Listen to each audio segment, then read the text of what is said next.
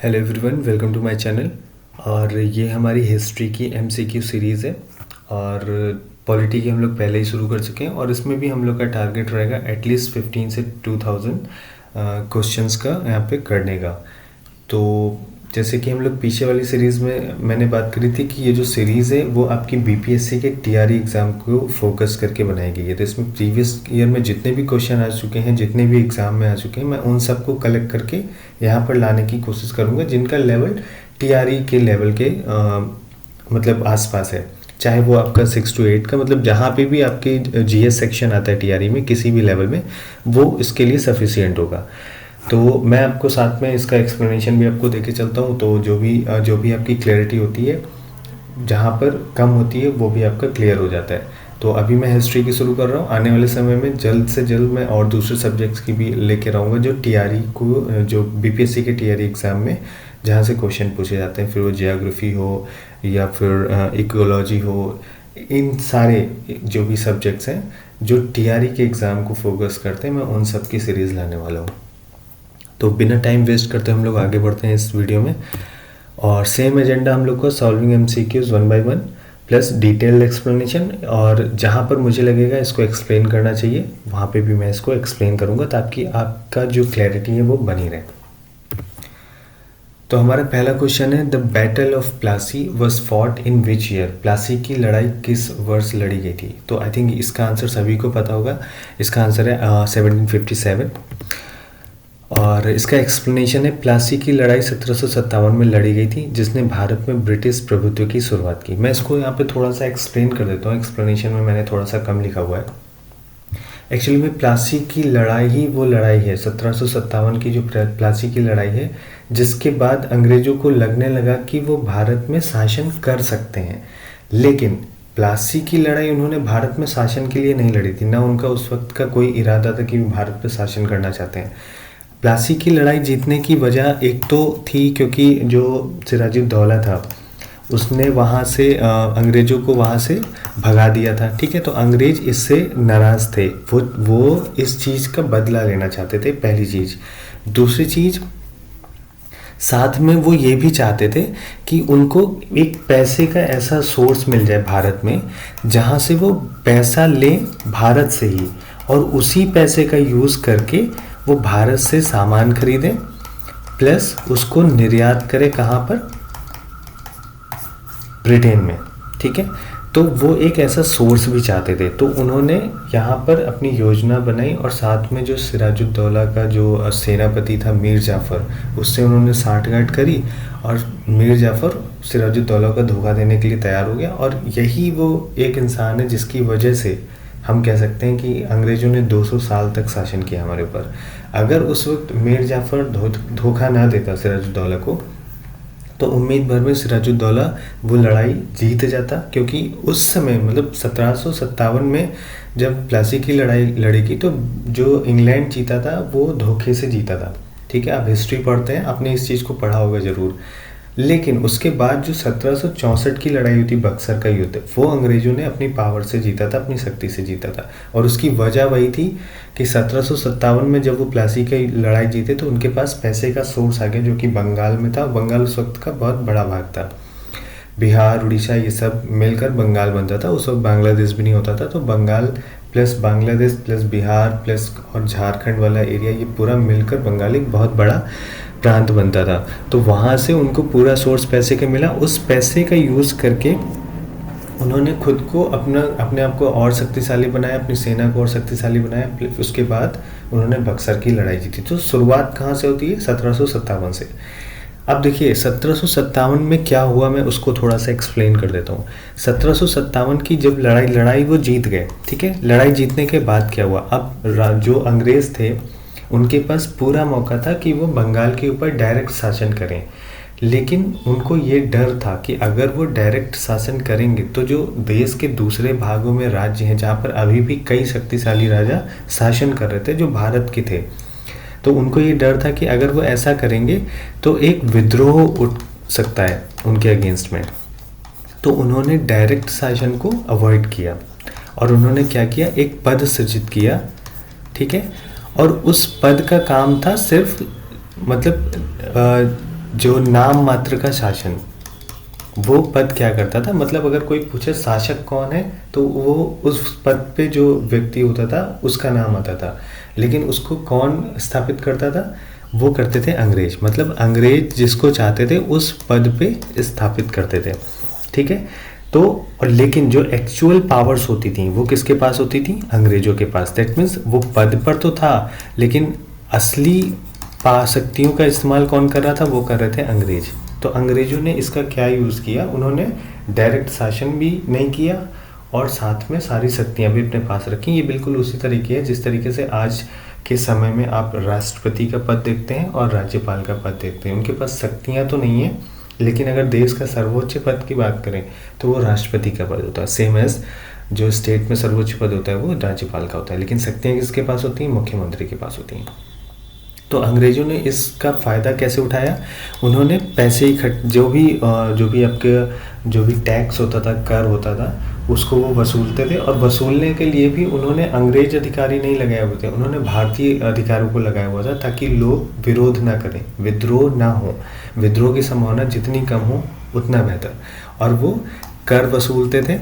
अब सोचिए, बंगाल से वो जो कर वसूलते थे, बंगाल के लोगों का ही पैसा लेते थे, उन्हीं पैसों से बंगाल के लोगों के सामान खरीदते थे जो भी वो निर्यात करते थे, और फिर से कर के रूप में फिर उसी पैसे को वो वसूलते थे और फिर उसको निर्यात करते थे। तो ये साइकिल चलने लगी और इसी साइकिल को देखकर जो हमारे grand old man of India जिनको बोला जाता है, दादा भाई नौरोजी, उन्होंने जो आपकी थ्योरी दी थी, जो आपकी इकोनॉमिक वाली थ्योरी थी कि भारत से धन बाहर जा रहा है, वो वाली थ्योरी इसी चीज़ को देखकर उन्होंने दी थी, ठीक है। मतलब ये जो वो भारत के पैसों से ही भारत की चीज़ें खरीद कर निर्यात कर रहे थे और ये साइकिल जो चल रही थी, तो इसी की वजह से उन्होंने वो जो आपकी थ्योरी दी थी इकोनॉमिक, मुझे एक्चुअली में उसका अभी नाम नहीं याद आ रहा है, जिसको उन्होंने उस बुक, जो उनकी बुक थी un British rule of India, उसमें उन्होंने इस चीज़ को, इस थ्योरी को एक्सप्लेन किया था। तो उनका कुल मिला के ये कहना था कि भारत का पैसा बाहर की ओर जा रहा है, ठीक है। तो इस थ्योरी को एक्सप्लेन करने के लिए उन्होंने इस चीज़ को मतलब समझा था, उसके बाद इस चीज़ को उन्होंने जो लोगों के सामने रखना शुरू किया था। तो ये वो पूरा कंडीशन थी, अंग्रेज ने कैसे इनडायरेक्टली शासन किया, कैसे उन्होंने भारत के पैसों से भारत की चीज़ें खरीदना शुरू किया और वो निर्यात करना शुरू कर देते हैं। और उसकी वजह ये थी, वो क्यों चाहते थे कि भारत के धन से भारत की चीज़ें खरीदी जाए, क्योंकि इससे पहले देखिए अंग्रेज यहाँ पर 1757 के पहले तक जब थे तो वो भारत के फ़ायदे की बात थी। वजह मैं बताता हूँ, क्योंकि उससे पहले वो जो व्यापार करते थे, हाँ कहीं कहीं वो करते थे कि टैक्स नहीं देते थे, जो आपके टोल टैक्स होते हैं वो नहीं देते थे, इस तरीके की चीज़ें थी, लेकिन वो फिर भी भारत के लिए मुनाफे का सौदा था। क्योंकि अंग्रेज जो भी, क्योंकि निर्यात वो हमेशा से करते थे, लेकिन 1757 से पहले जब वो चीज़ें निर्यात करते थे तो उसके लिए वो इंग्लैंड से या अमेरिका से, क्योंकि उस वक्त अमेरिका पे भी जो आपका है अमेरिका वाला पार्ट, वहाँ पे भी अंग्रेज़ों का शासन था, तो वहाँ से वो सोने चांदी को लाकर उसके बदले में चीज़ें खरीदते थे। तो इससे भारत की जो वेल्थ थी वो बढ़ रही थी। लेकिन 1757 के बाद क्या हुआ, उन्होंने ये करना बंद कर दिया और भारत से ही कर वसूलते थे, उसी से चीज़ें खरीदते थे और फिर उसको इंग्लैंड में निर्यात करते थे।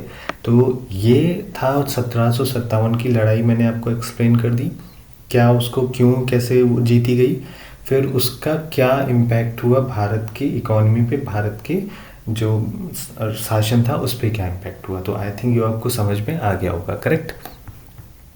तो वही यहाँ पर लिखा हुआ है कि प्लासी की लड़ाई 1757 में लड़ी गई, जिसने भारत में ब्रिटिश प्रभुत्व की शुरुआत करी। यही वो लड़ाई थी जहाँ से ब्रिटिश प्रभुत्व की शुरुआत हुई, और यह ब्रिटिश ईस्ट इंडिया कंपनी के नवाब सिराजुद्दौला का निर्णायक जीत थी।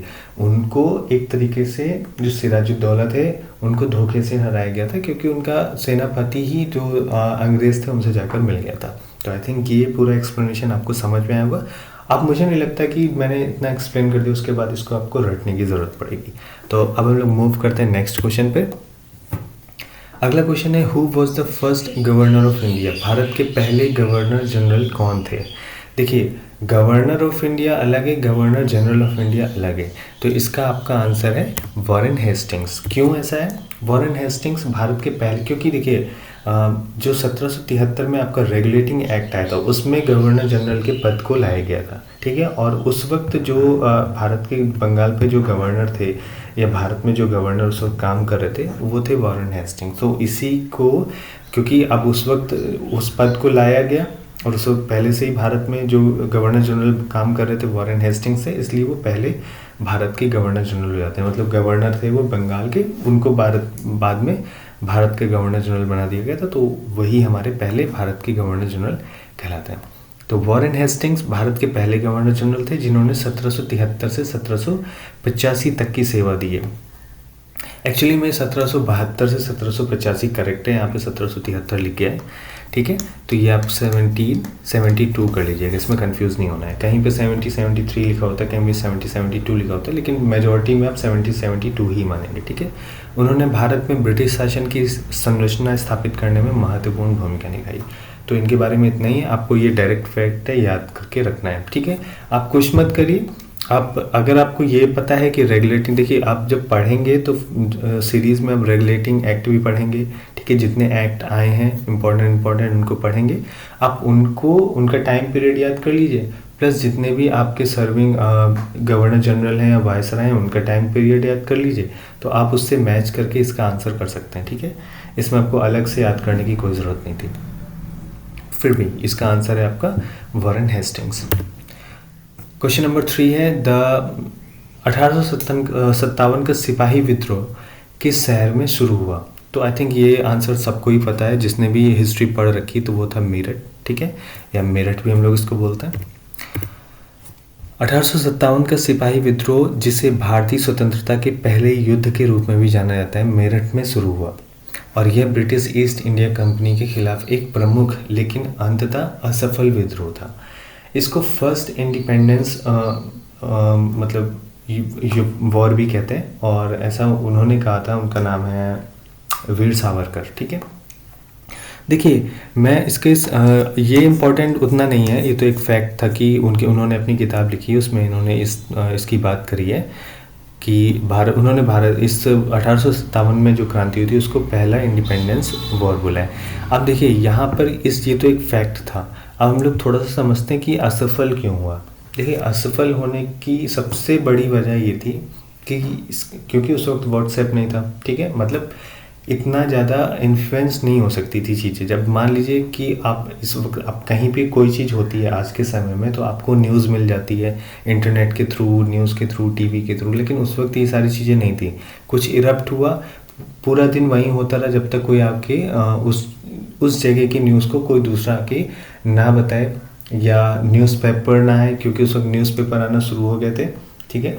तो ये सारी चीज़ों का ही एक मीडियम था जो चीज़ों को फैलाते थे, तो इतना ज़्यादा इन्फ्लुएंस नहीं हो पाया, ठीक है। तो बहुत सारे लोग इससे अनभिज्ञ थे जब ये विद्रोह हो रहा था। जहाँ पर पहुँचा वहाँ पे लोगों ने क्रांति शुरू करी, लेकिन जहाँ तक नहीं पहुँच पाया, जहाँ तक देर से पहुँचा, तो उस वक्त एक कंडीशन ये भी होती थी, फॉर एग्जांपल कानपुर में शुरू हुआ, ठीक है, कानपुर में विद्रोह हो रहा है, लेकिन लखनऊ वालों को पता ही नहीं है। फिर जब तक लखनऊ पहुंचा तब तक कानपुर में शांत करा दिया गया, तो ये भी एक वजह थी इसके असफल होने की। तो आई थिंक ये इतना बड़ा चीज़ नहीं है डिस्कस करने वाली, मैंने आपको बस एक्सप्लेन कर दिया, ठीक है। क्वेश्चन नंबर 4 है, भारतीय राष्ट्रीय कांग्रेस की स्थापना किस वर्ष हुई? आई थिंक ये क्वेश्चन अभी BPSC TRE 3 में भी पूछा गया था। नहीं, ये पूछा गया था कि किसने करी है, राइट। तो ये उसी से रिलेटेड क्वेश्चन है। इसका आंसर है आपका 1885 में A.O. ह्यूम ने करी थी, और व्योमेश चंद्र बनर्जी इसके पहले अध्यक्ष थे और सचिव थे आपके A.O. ह्यूम, ठीक है। इसका एक्सप्लेनेशन देख लेते हैं हम लोग। भारतीय राष्ट्रीय कांग्रेस की स्थापना 1885 में हुई थी और इसने भारतीय स्वतंत्रता आंदोलन में महत्वपूर्ण भूमिका निभाई और ब्रिटिश शासन में स्वतंत्रता की मांग करने वाली प्रमुख संगठन बन गई। मैं इसको थोड़ा सा और एक्सप्लेन करूँगा यहाँ पर, तो आपको याद करने में दिक्कत नहीं होगी। एक्चुअली में हिस्ट्री तो यहाँ पे एक्सप्लेन करना बनता है, डायरेक्ट हम लोग फैक्ट पढ़ लेंगे उसका कोई मतलब नहीं है। तो आप समझिएगा, जब 1885 में कांग्रेस की स्थापना हुई तो इसकी स्थापना करी थी A.O. ह्यूम ने, मतलब उनका बहुत बड़ा हाथ था इसकी स्थापना में। और जो A.O. ह्यूम थे उस वक्त के वायसराय जो डफरिन थे, लॉर्ड डफरिन, उनके बहुत नज़दीक माने जाते थे। तो लाला लाजपत राय जो थे उन्होंने बोला कि जो कांग्रेस की स्थापना हुई है, इसका रीज़न सिर्फ ये है ताकि जो 1857 का विद्रोह हुआ है उसके जैसा विद्रोह दोबारा से इरप्ट ना होने पाए। क्योंकि जो कांग्रेस की स्थापना की थी वो इस उद्देश्य से हुई थी कि जो भी स्वतंत्रता की आवाज़ है, स्वतंत्रता आंदोलन की आवाज़ है, वो अखिल भारतीय स्तर पे अगर उठानी है तो वो कांग्रेस के थ्रू उठाई जाएंगी। ठीक है, दैट मीन्स ऑलमोस्ट जितने भी आंदोलन होंगे उनको कांग्रेस के थ्रू आगे बढ़ाया जाएगा। तो लाला लाजपत राय ने ये बोला कि कांग्रेस की स्थापना इसलिए करी गई है कि कोई भी अगर क्रांति होती है, कोई भी आंदोलन, कोई भी विद्रोह होता है तो उसको कांग्रेस के थ्रू लाया जाएगा और फिर कांग्रेस में उसको दबा दिया जाएगा। राइट, तो सीधा अंग्रेजों के पास नहीं पहुंचेगा, एक बफर स्टेट की तरह काम करेगा। तो कोई भी अगर विद्रोह शुरू होता है तो उसका पहला इम्पैक्ट कांग्रेस के पास जाएगा। ठीक है, और कांग्रेस उसको दबा देगी और इसलिए अंग्रेज सुरक्षित रहेंगे या उनका शासन सुरक्षित रहेगा। ये लाला लाजपत राय ने थ्योरी दी थी। करेक्ट। तो अगर इस तरीके की कोई क्वेश्चन आ जाए कि इस थ्योरी के बेस पर कि कांग्रेस की स्थापना का जो उद्देश्य था वो लाला लाजपत राय ने उसको क्या बोला था, ठीक है, तो इन सारी चीज़ों के आंसर आप इस एक्सप्लेनेशन के थ्रू दे सकते हैं। करेक्ट, आपको समझ में आ गया होगा। तो आपको यहाँ पे मैंने कई चीज़ें फैक्ट में आपको बता दी। पहला, कांग्रेस की स्थापना A.O. ह्यूम ने करी थी। ठीक है, और इसके पहले अध्यक्ष थे व्योमेश चंद्र बनर्जी और सचिव थे A.O. ह्यूम।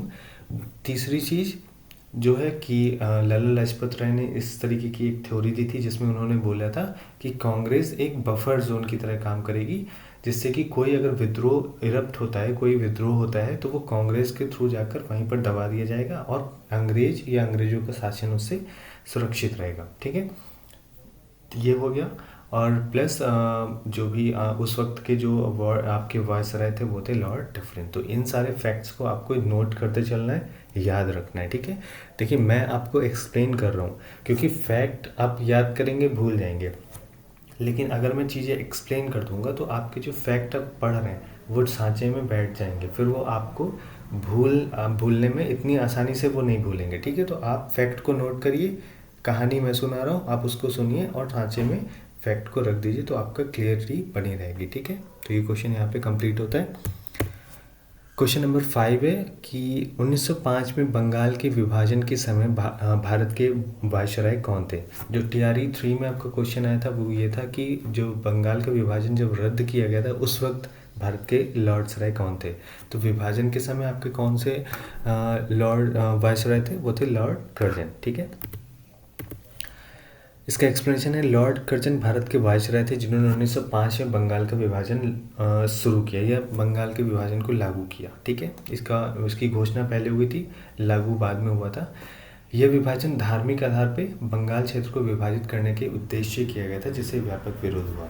देखिए जब विभाजन हुआ इसका विरोध हुआ, तो जो आपका बंग आंदोलन था, ठीक है, वो जिसे आप स्वदेशी आंदोलन भी कहते हैं, ठीक, वो इसी के विरोध में हुआ था, बंगाल विभाजन के विरोध में हुआ था।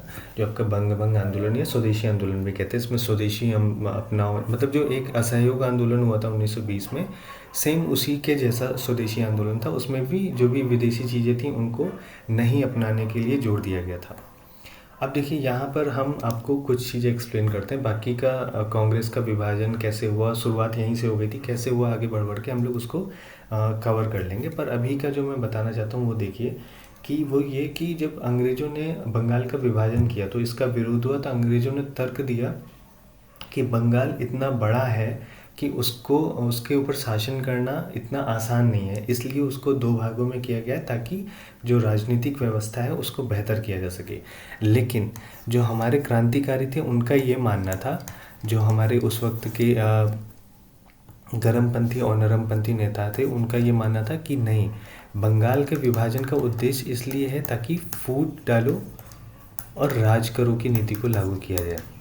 ठीक है, ऐसा मैं क्यों कह रहा हूँ, क्योंकि बंगाल का जो आपका ईस्ट वाला पार्ट है, जो आज के समय में बांग्लादेश है। अब अच्छा, ये आपको कन्फ्यूज़न होती होगी ना कि आखिर बंगाल तो ईस्ट में पड़ता है भारत के, लेकिन उसको वेस्ट बंगाल क्यों कहते हैं, है ना। तो उसकी वजह यही है क्योंकि पूरा बंगाल की अगर हम बात करें तो उसके 2 पार्ट किए गए, उन दो पार्ट में एक वेस्ट बंगाल हुआ और एक ईस्ट बंगाल हुआ। तो ईस्ट बंगाल जो था वो आपका बांग्लादेश बन गया, और जो वेस्ट बंगाल है वो अभी भारत के पास है, इसलिए उसको वेस्ट बंगाल कहते हैं, क्योंकि वो बंगाल का वेस्ट पार्ट है। करेक्ट। तो आपको यहाँ से अगर इसमें कन्फ्यूजन थी तो ये क्लियर हो गया होगा। अब देखिए, उन्होंने विभाजित किया ईस्ट बंगाल और वेस्ट बंगाल में। जो वेस्ट बंगाल वाला एरिया था उसमें मुस्लिम आबादी सबसे कम थी और जो हिंदू आबादी थी वो ज़्यादा थी। और जो ईस्ट वाला पार्ट था उसमें मुस्लिम आबादी ज़्यादा थी और हिंदू आबादी कम थी। तो उन्होंने इसको बीच से तोड़ा, ताकि एक जो कि हिंदू मुस्लिम एकता थी उस पर जो एक अटैक किया जा सके, एक हमला किया जा सके। तो उसके बाद इस तरीके की चीज़ें, मतलब यहीं से फूट डालो और राज करो की नीति की शुरुआत होती है। फिर वो आगे चलकर 1909 में वो और भी उसको डायरेक्ट वे में ले आते हैं, जब उन्होंने निर्वाचन में मुस्लिमों को अलग आधार दे दिया। ठीक है, तो ये यहाँ से शुरुआत होती है। तो अंग्रेज़ों का क्या कहना था कि वो राजनीतिक व्यवस्था को बेहतर करना चाहते हैं, क्योंकि बंगाल इतना बड़ा है जिस पर शासन करना इतना आसान नहीं है, राजनीतिक चीज़ें लागू करना इतना आसान नहीं है। तो उन्होंने इस बेस पे ये बोला। और जो भारत के क्रांतिकारी थे, जो कांग्रेस के जो नरमपंथी गरमपंथी दल थे, उसके जो सदस्य थे, उनका ये मानना था कि ये विभाजन इसलिए किया गया है ताकि वो फूट डाल सकें और अपनी राजनीतिक जो अपने शासन की जो नींव है उसको और मजबूत कर सकें। तो आई थिंक ये भी आपको यहाँ पे क्लियर हुआ होगा। करेक्ट। क्वेश्चन नंबर 6 है, महात्मा गांधी ने दांडी मार्च किस वर्ष शुरू किया गया? तो आई थिंक यहाँ पर बिल्कुल क्लियर है। यहाँ पे ऑप्शन ही इतने दूर दूर है कि आप इसको आसानी से आइडेंटिफाई कर सकते हैं। वो है आपका 1930। करेक्ट। महात्मा गांधी ने 1930 में दांडी मार्च शुरू किया, जो सविनय अवज्ञा आंदोलन का हिस्सा था। ब्रिटिश नमक कर के खिलाफ विरोध करने के लिए ये आंदोलन शुरू हुआ था, और यह एक अहिंसात्मक प्रतिरोध का एक महत्वपूर्ण कार्य था। तो जो जो सविनय अवज्ञा आंदोलन है, उसका मतलब ही ये होता है कि हम सविनय के साथ आपका कानून तोड़ेंगे। तो इसमें क्या किया गया था कि जो नमक, जैसे उस वक्त नमक के ऊपर भी एक बहुत बड़ी मात्रा में कर लगाया जाता था। तो और नमक तो एक बेसिक नेसेसिटी है। तो और कंडीशन ये नहीं थी कि नमक के ऊपर कर लग रहा है, प्लस एक यहाँ पर एक नेगेटिव चीज़ ये थी जिसने आंदोलन को और मतलब जिसकी वजह से इस आंदोलन में बहुत सारे लोग, एक बड़ी संख्या में लोग शामिल हुए थे, वो ये थी कि नमक रखे रखे ख़राब हो जाता था। लेकिन जो ब्रिटेन था, ये जो अंग्रेज़ी शासक थे, वो नमक के दामों को कम नहीं करते थे, कर ज़्यादा से ज़्यादा वसूल करते थे। तो इसी के विरोध में इसकी शुरुआत हुई, और उन्होंने समंदर के किनारे नमक बनाकर नमक का कानून तोड़ा था। तो उसी के बेस पर इसको नाम दिया गया था सविनय अवज्ञा आंदोलन। ठीक है। अगला क्वेश्चन है, भारतीय राष्ट्रीय कांग्रेस के अध्यक्ष कौन थे? तो जो पहले अध्यक्ष की बात कर रहे हैं, तो पहले अध्यक्ष थे हमारे व्योमेश चंद्र बनर्जी। आप स्पेलिंग देख लीजिएगा। ठीक है, व्योमेश लिखा है, इनको व्योमेश चंद्र बनर्जी कहते हैं। ठीक है, तो व्योमेश चंद्र बनर्जी भारतीय राष्ट्रीय कांग्रेस के पहले अध्यक्ष थे, जिन्होंने 1885 में आयोजित पहले सत्र में सेवा की थी। आई थिंक इसको मैं पहले भी आपको बता चुका हूँ। क्वेश्चन नंबर 8, भारत छोड़ो आंदोलन किस वर्ष शुरू हुआ? 1940 में, 1942 में, 1944 में, 1946 में। तो आई थिंक अगर किसी ने हिस्ट्री पढ़ी है तो ये वो मेन इवेंट्स हैं जो हिस्ट्री में सबसे पहले हाईलाइट होते हैं। तो आई थिंक इसका आंसर उन सबको पता होना चाहिए। नहीं भी पता है तो इसका आंसर है 1942। भारत छोड़ो आंदोलन 1942 में शुरू हुआ था, जिसमें भारत में ब्रिटिश शासन की समाप्ति की मांग की गई थी, और ये महात्मा गांधी द्वारा नेतृत्व किया गया एक बड़े पैमाने का विरोध था। और इसमें पहली बार ये ऐसा पहला आंदोलन था जिसमें महात्मा गांधी जी ने हिंसा, मतलब डायरेक्टली हिंसा की बात उन्होंने नहीं करी थी, लेकिन उन्होंने अहिंसा को थोड़ी देर के लिए किनारे कर दिया था, जब उन्होंने ये बात बोली थी, करो या मरो। ठीक है, हालांकि कहीं पे डायरेक्ट इस बात को नहीं लिखा जाता है कि उन्होंने हिंसा को अपनाया था, क्योंकि हिंसा एक्चुअली में नहीं हुई थी। तो मतलब लेकिन उन्होंने जो नारा दिया था करो या मरो का, ठीक है, वो इसी आंदोलन में दिया था। तो करो या मरो के नारे से जो एक इनडायरेक्ट बात निकल कर आती है वो ये कि इस आंदोलन में अहिंसा उनकी टॉप प्रायोरिटी नहीं थी। अगर ज़रूरत पड़े तो हिंसा को भी अपनाया जा सकता है, यहाँ से ये तर्क निकाला जा सकता है। तो ये आपका क्वेश्चन नंबर 8 था।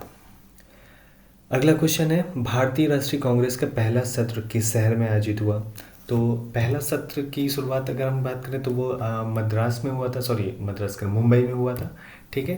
क्योंकि होना वो कहीं और था, लेकिन वहाँ पे प्लेग फैल गया था, तो जिसकी वजह से इसको मुंबई ले जाया गया था। भारतीय राष्ट्रीय कांग्रेस का पहला सत्र 1885 में मुंबई में हुआ था, जो उस वक्त बम्बई बोला जाता था। तो इसमें ऐसा कुछ खास था नहीं, क्योंकि मैं पहले ही आपको कांग्रेस के बारे में, इसकी स्थापना और कौन अध्यक्ष सचिव थे, कौन वाइस था, ये पहले मैं एक्सप्लेन कर चुका हूँ।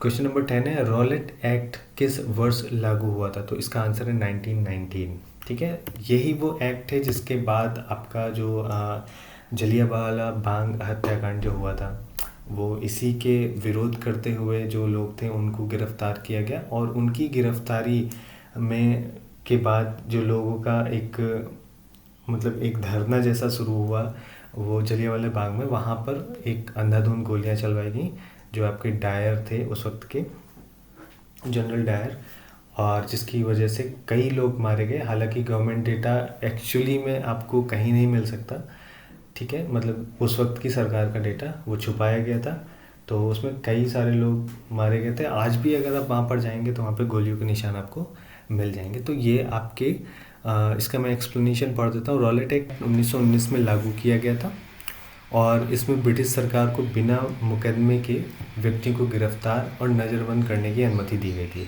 जिसके परिणाम स्वरूप व्यापक अशांति और विरोध हुआ। और उसी अशांति और विरोध में जो लोग सामने, मतलब कि कांग्रेस के कुछ जो प्रमुख नेता थे उनकी गिरफ्तारी हुई, जिनमें से किचलू साहब थे हमारे।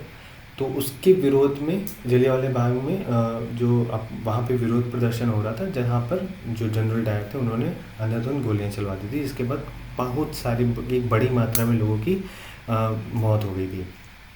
हालांकि एग्जैक्ट डेटा कभी रिलीज़ नहीं किया गया, अंग्रेज़ों के द्वारा भी, उसके बाद भारतीय जो गवर्नमेंट है उसके द्वारा भी। तो ये आपकी जो क्वेश्चंस थे, तो इसी के विरोध में, मतलब ये रॉलेट एक्ट था जिसके विरोध हुआ था, जिसके बाद जलियांवाला, मतलब इसके विरोध में हुआ था जलियांवाला बाग हत्याकांड, ठीक है। जो जो भी मतलब विरोध हो रहा था उसको रोकने के लिए जनरल डायर ने गोलियां चलवा दी थी, और जिसके बाद एक बहुत बड़ा, मतलब एक दर्दनाक हादसा हुआ था। तो ये आपके 10 क्वेश्चन थे, ठीक है। लेकिन मैंने आपको जितना एक्सप्लेन किया है वो 10 क्वेश्चन आपके 50 क्वेश्चन से कम नहीं थे, ठीक है। उम्मीद करता हूँ आपको वीडियो पसंद आया होगा। नेक्स्ट वीडियो में मैं आपको टेलीग्राम और व्हाट्सएप के जो डिटेल्स है वो प्रोवाइड कर दूँगा, ताकि आपको जो जो पीडीएफ चाहिए होगी वो वहाँ पर आपको आसानी से मिल जाएगी, ठीक है। तो प्लस इसकी पीडीएफ प्लस जो भी पीछे की वीडियोस हैं जैसे पॉलिटी वाला है, मैं उसकी पीडीएफ वहाँ पे प्रोवाइड कर दूँगा। तब तक के लिए आप प्लीज़ रिवाइज करते रहिए। हम लोग नेक्स्ट वीडियो में मिलते हैं फिर से एमसीक्यू सीरीज़ के साथ, और साथ में मैं अलग अलग सब्जेक्ट्स की भी लाने वाला हूँ। जैसे मैं प्लान कर रहा हूँ जियोग्राफी की लाने की, इकोलॉजी सेक्शन की लाने की। हालांकि इकोनॉमी की भी मैं ले आता, लेकिन इकोनॉमी पूछी नहीं जाती है। हाँ, ये है कि इकोनॉमी का अलग आपका 6 to 8 या जो अलग लेवल पे एग्ज़ाम होते हैं उनके लिए होता है। तो अगर इकोनॉमी की डिमांड आती है, अगर आपको चाहिए, या स्टूडेंट वो हैं जो इकोनॉमी की प्रिपरेशन कर रहे हैं क्योंकि उनका नंबर्स बहुत कम है, तो अगर उनको चाहिए तो प्लीज़ मुझे इसके लिए आप कमेंट कर दीजिएगा, ठीक है। तो मैं उसको भी प्रोवाइड कर दूंगा। हालांकि मैं जियोग्राफी और इकोलॉजी सेक्शन की पीडीएफ, मतलब जो एमसीक्यू सीरीज़ है उनको लाने वाला हूँ आगे की वीडियो में। तो मैं आपको ये गारंटी करता हूँ कि आप जहाँ से भी पढ़ रहे हैं आप पढ़ते रहिए, लेकिन अगर आपने ये एमसीक्यू सीरीज़ कर लिए तो ये उससे लाख गुना बेहतर होगा, क्योंकि यहाँ पे मैं जो आपको एक्सप्लेन कर रहा हूँ वो आप भूलेंगे नहीं, आपके फैक्ट क्लियर हो रहे हैं। और बिल्कुल भी आप हर सब्जेक्ट, मतलब अगर आपने पूरे सीरीज़ ये कर ली जो मैं आपको करवा रहा हूँ, तो आप इतना याद रखिएगा 120 में जो आपका 1 to 5 वाला एग्ज़ाम होता है, मैं अभी इस वक्त 1 to 5 की इसलिए कह रहा हूँ क्योंकि उसमें मिक्स आता है, तो उस एग्ज़ाम में 120 में आपके 90 से 100 मार्क्स कहीं नहीं गए, ये मेरा आपको प्रॉमिस है। तो आप बस इस एमसीक्यू सीरीज़ को देखते रहिए, साथ में मेरा एक्सप्लेनेशन देखते रहिए। तो मिलते हैं नेक्स्ट वीडियो में, तब तक के लिए थैंक यू।